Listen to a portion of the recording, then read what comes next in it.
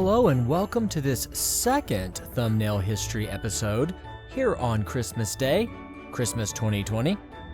This one, we're going to look at the Christmas pickle.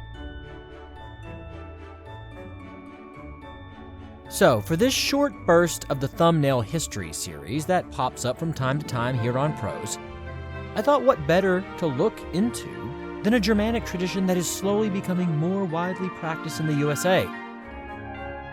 The beloved Christmas pickle. Alright, the tradition is quite simply that one hides a pickle or an ornament that looks a heck of a lot like a pickle in the Christmas tree.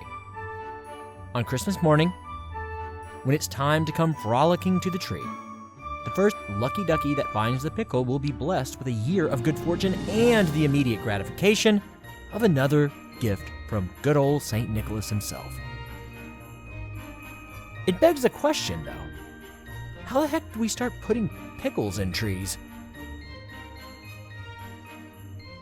Supposedly, it all started with our brothers and sisters over in Germany.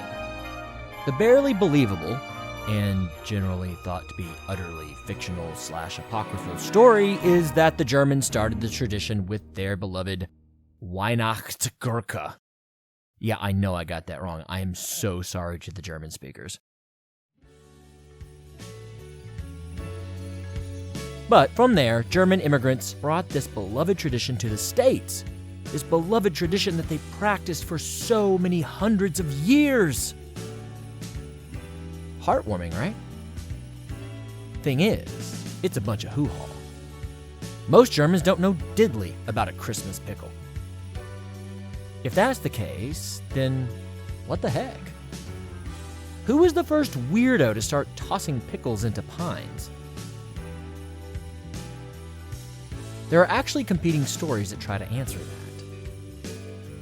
One holds that the American company Woolworths began selling glass tree ornaments generally imported from Germany in the late 19th century-ish, and for some odd reason, those ornaments were generally shaped like produce. Amid those sales, vague reverberations about this ancient Germanic tradition began to crop up. Pretty convenient, right? Thing is, it's a bunch of hoo-ha too! Another explanation links the pickle to the Civil War. In that tale, a Civil War soldier who was originally from Bavaria was taken prisoner amid the hostilities. Some sources even get super specific and say it was very specifically one Private John Lower of the 103rd Pennsylvania Infantry. During this captivity, he was treated rather poorly and began to starve to death. In this desperation and racked with hunger, he pleaded for at least a pickle to eat. The guard acquiesced and gave the pickle to him. And that pickle, that very one, gave the imprisoned soldier the will to live. And that pickle's salvation would cause him to go on and venerate the pickle at this highest of holidays. Thing is, it's a bunch of hoo-ha as well. The final common attempt at explanation comes farther back from history and from overseas. It comes from Spain. And in Spain, two boys were apparently abducted by a horrific innkeeper, or butcher, with quite the evil bent. Though these boys were simply looking for rest on their journey home from boarding school, they were taken and killed by this innkeeper, or butcher, after which he put them in a pickle barrel. Some people say it was a meat pie barrel, but that doesn't help our story.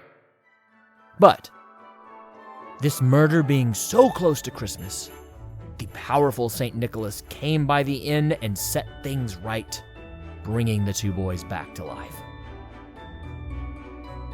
Now, I'm not one to call down anyone's firmly held religious belief, but this one buggers the imagination too, eh? So, no answer to our mystery then? Yeah, no, sorry. Like most of history, there is a fog obscuring our vision from seeing the legitimate truths surrounding this practice. One thing we can know is that the practice is growing in popularity. And I'll tell you what, if you'd like to go Christmas Pickle crazy while ignoring all this subpar lore, head over to Berrien Springs, Michigan, which is apparently the Christmas Pickle capital of the world. I bet you'll hear some stellar explanations of this Christmas tradition. Hope you've enjoyed this newest installment of Thumbnail History on the Christmas Pickle. And if you celebrate, I hope you and your family are having a wonderful Christmas day.